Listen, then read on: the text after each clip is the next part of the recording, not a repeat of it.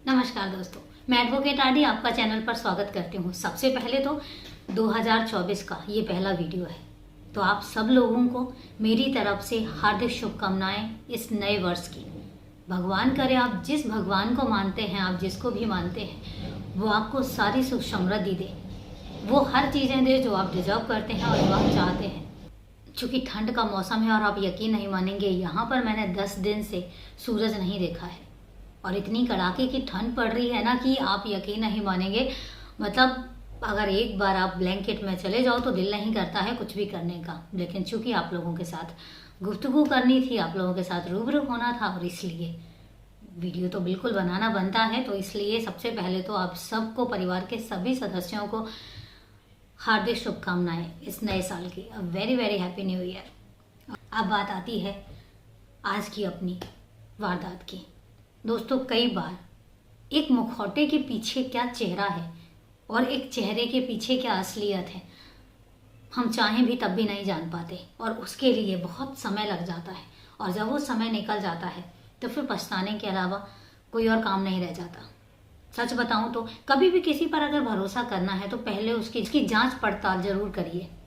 उसके बारे में इतना तो जानने की कोशिश की। अचानक आपसे कोई मिलता है, अचानक आपसे कोई हमदर्दी दिखाता है, अचानक आपके पास कोई अपनापन लेकर आता है, तो एटलीस्ट कम से कम इतना तो बनता है कि उसके बारे में इतना तो जाना जाए कि आखिर वो ऐसा क्यों कर रहा है। या तो हो सकता है कि उसके दिल में कोई छलकपट ना हो, which is very right and which is very good.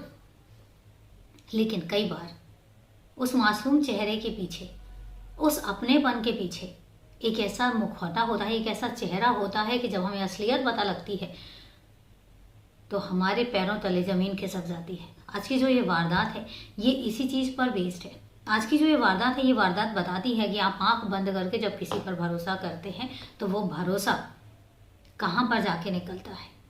दोस्तों, आज की मैं वारदात कर रही हूँ 14 मार्च 2022 की।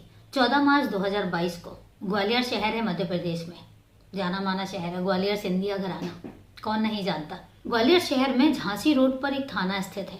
वहां पर एक लड़की पहुंचती है, अनामिका नाम की पहुंचती है। बाहर जो गार्ड होते हैं, गार्ड से पूछती है कि साहब किधर है, तो वो इशारा करके कहते हैं कि साहब अपने कैबिन में हैं। वो उनसे पूछ के और अंदर जाती है। अंदर जाने के बाद जैसे ही कैबिन खोलती है तो सामने जो है वो पुलिस इंस्पेक्टर बैठे होते हैं। वो अनामिका को बुलाते हैं और कहते हैं कि बैठिए। उसके बाद वो अनामिका से पूछते हैं कि हाँ जी बताइए। अनामिका उस समय बहुत घबराई हुई थी, डरी हुई थी और उसके चेहरे पर चोटों के निशान थे, पूरे शरीर में चोटों के निशान थे। वो बैठती है और जैसे तैसे बताने की कोशिश करती है, लेकिन वो इतनी घबराई हुई थी कि उसकी जो जुबान है वो साथ ही नहीं दे रही थी। जो पुलिस अधिकारी हैं वो गिलास पानी का मंगाते हैं, उसको पानी पिलाते हैं और सांत्वना देते हैं, उसको रिलैक्स करते हैं। फिर उसके बाद पूछते हैं कि आप बताइए। तब वो कहती है कि मैं अपने पति के अगेंस्ट केस दर्ज करवाने आई हूँ, मारपीट का, गाली गलौज का, उत्पीड़न का। तो वो कहते हैं कि मुझे पूरी बात बताइए। तब वो पूरी बात सिलसिलेवार उनको बताना शुरू करती है कि 2014 में उनकी मुलाकात हुई थी। जब पुलिस अधिकारी उनसे नाम पूछते हैं कि आपके पति का नाम क्या है, तो वो कहती है वैसे तो मेरे पति का जो नाम है वो राजेंद्र मेहरा है, लेकिन ये उनका असली नाम नहीं है। उनका असली नाम है राजेश कमरिया। वो मुझे 2014 में मिले थे। 2014 में मिले थे एक ट्रेन के सफ़र के दौरान। उसके बाद ही हमारे बीच में जान पहचान होती है। जान पहचान के बाद नंबर एक्सचेंज होते हैं और उसके बाद उनकी दोस्ती हो जाती है। दोस्ती के बाद धीरे धीरे वो कब प्यार में तब्दील हो जाती है पता नहीं चलता। उस टाइम पे जो राजेंद्र मेहरा उर्फ राजेश कमरिया अनामिका को कहता है कि वो अनमेरिड है, 36 साल का है और वो एक सुशील लड़की की तलाश कर रहा है। अनामिका को ये बात बहुत अच्छी लगती है और इसके बाद अनामिका जो है वो जॉब सर्च कर रही थी। तो उस समय पर जो राजेंद्र मेहरा है वो अनामिका का जॉब दिल्ली में लगवा देता है। इस बात से अनामिका बहुत खुश होती है। वो अपने पेरेंट्स से भी मिलवाती है, पेरेंट्स भी खुश होते हैं मिलके, क्योंकि उसका नेचर ऐसा था कि उसका नेचर इतना स्वीट था कि कोई भी उससे मिलता तो उसका अपना बने बिना नहीं रह सकता था। इसके बाद धीरे धीरे उनमें प्यार हो जाता है और प्यार होने के बाद फिर वो अपने घर वालों से डिस्कस करते हैं, घर वाले मान जाते हैं। चूँकि जो अनामिका के फादर थे वो एक नामी ट्रांसपोर्टर थे, अच्छा खासा बिजनेस था, अच्छा खासा पैसा था, तो वो शादी भी बहुत धूमधाम से करते हैं। और इसके बाद वो वहीं पर ही ग्वालियर में बलुआ एक एरिया है, वहाँ पर रहने लग जाते हैं। शादी के बाद थोड़े ही दिन होते हैं कि जो राजेंद्र मेहरा है, राजेंद्र मेहरा का जो नेचर है वो चेंज होने लग जाता है। अब उसके बाद वो अनामिका से आए दिन झगड़ा करने लग जाता है, आए दिन उसकी मारपीट करने लग जाता है और आए दिन उसको गाली गलौज करता है। अगर अनामिका उससे कुछ भी पूछती तो उसको गाली गलौज करता या मारपीट करता। राजेंद्र मेहरा जो है वो शराब भी पीता था। अब इस बात पर अनामिका बहुत परेशान रहती है कि वो अपने पति को कैसे चेंज करे। उसको ये समझ ही नहीं आ रहा था कि आखिर ये बदलाव क्यों है, ये अचानक से ये चेंजेस क्यों हैं। पूछने की कोशिश करती तो उसको मार पड़ती। अब काफ़ी समय तक वो ये सब चीज़ें सहती रही। उसके बाद वो पुलिस अधिकारी को बताती है कि 6 महीने पहले मैं कुछ साफ सफाई कर रही थी तो मेरे हाथ कुछ पेपर्स लगे और वो पेपर्स छोटे मोटे नहीं। तब मुझे पहली बार पता लगा कि जो मेरा हस्बैंड है एक्चुअल में वो एक इनोसेंट पर्सन नहीं है, उसके खिलाफ धोखाधड़ी और बहुत से जालसाजी के केसेस चल रहे हैं।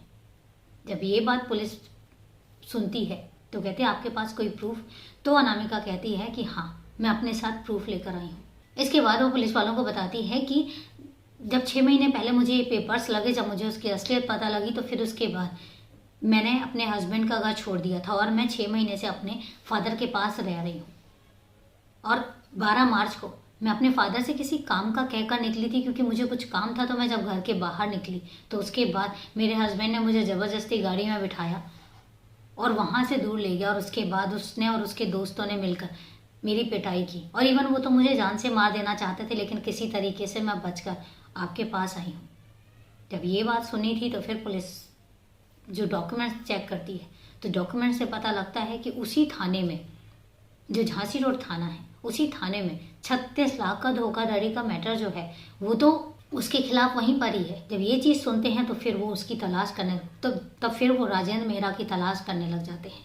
तलाश ज़्यादा नहीं करनी पड़ती है और भलुआ थाने के अंतर्गत ही एक जगह से वो राजेंद्र को गिरफ्तार करते हैं और गिरफ्तार करके पुलिस स्टेशन लेकर आते हैं। पुलिस स्टेशन जब लेकर आते हैं तो उसकी पूछताछ की जाती है। जब पूछताछ की जाती है तो राजेंद्र मेहरा जो है वो सिंपल एक चीज़ कहता है कि हाँ, हस्बैंड वाइफ में झगड़ा हो जाता है, लड़ाई झगड़ा चलता रहता है, लेकिन इसका मतलब ये नहीं है कि मैं अपनी पत्नी को प्यार नहीं करता। लेकिन इसके बाद जब पुलिस पूछती है कि ये जो डॉक्यूमेंट्स मिले हैं, वो जब सबूत दिखाते हैं, वो सारे साक्ष्य जब राजेंद्र के सामने आते हैं तो फिर राजेंद्र के पास अपना जुर्म कबूल करने के अलावा और कोई रास्ता नहीं होता। तब कुछ ऐसे केस जो हैं वो बाहर आते हैं जिसमें 4 हत्याओं के केस, धोखाधड़ी के केस, लूटपाट के केस। अब पुलिस राजेंद्र मेहरा से बोलती है कि अब तुम सिलसिलेवार अपनी सारी चीज़ें बताते जाओ। अब राजेंद्र मेहरा जो है, राजेंद्र मेहरा उर्फ राजेश कमरिया, अपने सारे केसेस जो है वो सिलसिलेवार बताना शुरू करता है। वो कहता है कि मैंने 12वीं तक पढ़ाई की थी, 12वीं के बाद मेरा पढ़ने में मन नहीं लगता था तो मैं नहीं पढ़ता था। और इसके बाद मेरा ग्वालियर के ही मेरा एक फ्रेंड है मनोज, मेरी उससे मुलाकात होती है, उससे अच्छी दोस्ती हो जाती है और जब दोस्ती हो जाती है तो फिर मैं उसके घर पर आना जाना मेरा शुरू हो जाता है। और इसके बाद मनोज की बीवी गीता के साथ उसकी दोस्ती हो जाती है। दोस्ती प्यार में तब्दील हो जाती है और प्यार के बाद दोनों के बीच में नाजायज संबंध स्थापित हो जाते हैं। और इसके बाद जब दोनों के बीच नाजायज संबंध स्थापित हो जाते हैं तो जो राजेंद्र है, राजेंद्र गीता के साथ मिलकर एक भयानक षड्यंत्र रचता है। वो कहता है कि मनोज को हम रास्ते से हटा देंगे तो ये सारी प्रॉपर्टी अपनी होगी और इसके बाद में तुमसे शादी करके और फिर हम आराम से रहेंगे। गीता भी इसमें शामिल हो जाती है। 31 दिसंबर 2011 को प्लान के तहत मनोज और राजेंद्र दोनों ड्रिंक करने बैठते हैं और राजेंद्र जो है, राजेंद्र मनोज की ड्रिंक में नशे की दवाइयाँ मिला देता है।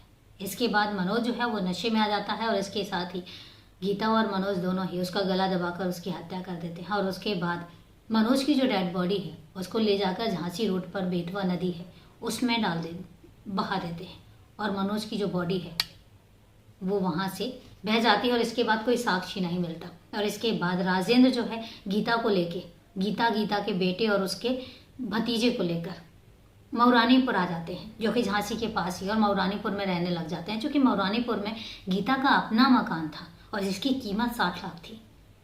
अब ये चीज़ें जो है वो धीरे धीरे चलती रहती हैं और इसके बाद राजेंद्र एक दिन आके वो जो मकान है वो अपने नाम करवा लेता है और इसके बाद गीता की और गीता के बेटे निक्की की और उसके बाद उसके भतीजे की, तीनों की चाकू मार कर हत्या कर देता है। और इस हत्या में अकेला राजेंद्र नहीं होता है, राजेंद्र का छोटा भाई होता है और इसके अलावा उसकी बहन का देवर होता है। तीनों इसका उनका कत्ल करते हैं और कत्ल करने के बाद लाशों को ठिकाने लगाते हैं और उसके बाद फिर वापस ग्वालियर आके रहने लग जाते हैं। ग्वालियर में एक कुलदीप मेहरा नाम के शख्स हैं, पीडब्ल्यूडी से रिटायर्ड, पीडब्ल्यूडी से engineer, as a engineer retired, उनके मकान में रहने लग जाता है। उनके साथ भी अच्छी दोस्ती हो जाती है और इसी दौरान राजेंद्र की मुलाकात अनामिका से होती है और अनामिका से राजेंद्र जो है कुलदीप मेहरा को अपना पिता कहकर मिलवाता है। तभी वो अपना नाम जो है राजेंद्र मेहरा रखता है और इसके बाद मिलवाता भी है। मिलवाने के बाद उनके घर पे रहने लग जाता है और इन्हीं कुलदीप मेहरा की लगभग 5 करोड़ की ज़मीन थी। उस ज़मीन को वो गलत तरीके से जालसाजी करके अपने नाम हथिया लेता है रजिस्ट्री के बहाने, और वो ज़मीन जो है वो अपने नाम करवा लेता है। और इतना ही नहीं, एक और भी रिटायर्ड शख्स थे जिनकी 36 लाख की धोखाधड़ी का मैटर भी सामने आता है। जब ये सारी चीज़ें सामने आती हैं तो फिर पुलिस जो है वो तहकीकात करती है, तफ्तीश करती है कि आखिर ये जो केसेस राजेंद्र मेहरा उर्फ राजेश कमरिया बता रहा है क्या ये सही है। तो पता चलता है कि ये सारे केसेस उसके अगेंस्ट हैं। और इतना ही नहीं, अपने आप को बचाने के लिए राजेंद्र कभी क्लीन सेव रहता तो कभी लंबी दाढ़ी कर लेता, कभी सर पे पग, जो सरदारों वाली पग होती है, कभी वो पग बांध लेता ताकि वो पकड़ा ना जाए। लेकिन रह वो ग्वालियर में ही रहा था। और ताज्जुब की बात तो ये है कि उसी ग्वालियर में उसके अगेंस्ट 3 केसेस चल रहे थे, लेकिन वो कभी पकड़ा ही नहीं गया। लेकिन हाँ, अगर अनामिका के साथ शादी नहीं होती और 6 महीने पहले अगर साफ सफाई करते हुए अनामिका ये सारे पेपर्स उसके हाथ नहीं आते तो शायद आज की डेट में राजेंद्र मेहरा कभी पकड़ा ही नहीं जाता। उसके बाद पुलिस राजेंद्र मेहरा को हिरासत में लेती है और हिरासत में लेने के बाद फिर चार्जशीट फाइल करती है। और आज की डेट में अपडेट ये है कि राजेंद्र मेहरा उर्फ राजेश कमरिया पुलिस हिरासत में है। अब पुलिस जो है वो हर एक चीज़ की तफ्तीश करने लगी हुई है, क्योंकि जो मनोज है उसका दोस्त, उसकी डेड बॉडी जो है वो नदी में बहा दी गई थी। पुलिस ने बहुत कोशिश की है लेकिन वो पता ही नहीं चल पाया है और वो बॉडी नहीं मिली है। तो नो डाउट बिना बॉडी के जब ये केस जाएगा तो उसका क्या रिजल्ट रहेगा और उसकी क्या सज़ा रहेगी, ये अभी देखने वाली बातें हैं। इसके अलावा अभी तक गीता के बेटे और उसके भतीजे की अभी तक डेड बॉडी नहीं मिली है। तो जब डेड बॉडी मिलेंगी, इसके साथ ही राजेंद्र मेहरा का जो भाई है और उसकी जो बहन का देवर है, तीनों को गिरफ्तार कर लिया गया है। तीनों हिरासत में है इस समय पर। देखने वाली बात तो ये है कि अब पुलिस किस तरीके से चार्जशीट फाइल करती है और इसके बाद क्या केस बनता है और कैसे कैसे केसेस की डिसीजंस आते हैं। तो ये थी पूरी वारदात, कैसे कैसे लोग जो हैं वो फरेब करते हैं और कैसे कैसे पकड़े जाते हैं। अगर एक अनामिका ने इसको इनिशियल नहीं लिया होता तो शायद आज राजेश कमरिया और राजेंद्र मेहरा खुले घूम रहे होते और उनको कोई पकड़ भी नहीं पाता। तो ये तो थी दोस्तों वारदात। अब वारदात के बारे में आपका क्या कहना है कमेंट करके ज़रूर बताइएगा। मैं आपके कमेंट का वेट करूँगी। तो मिलते हैं दोस्तों फिर एक नई वारदात में।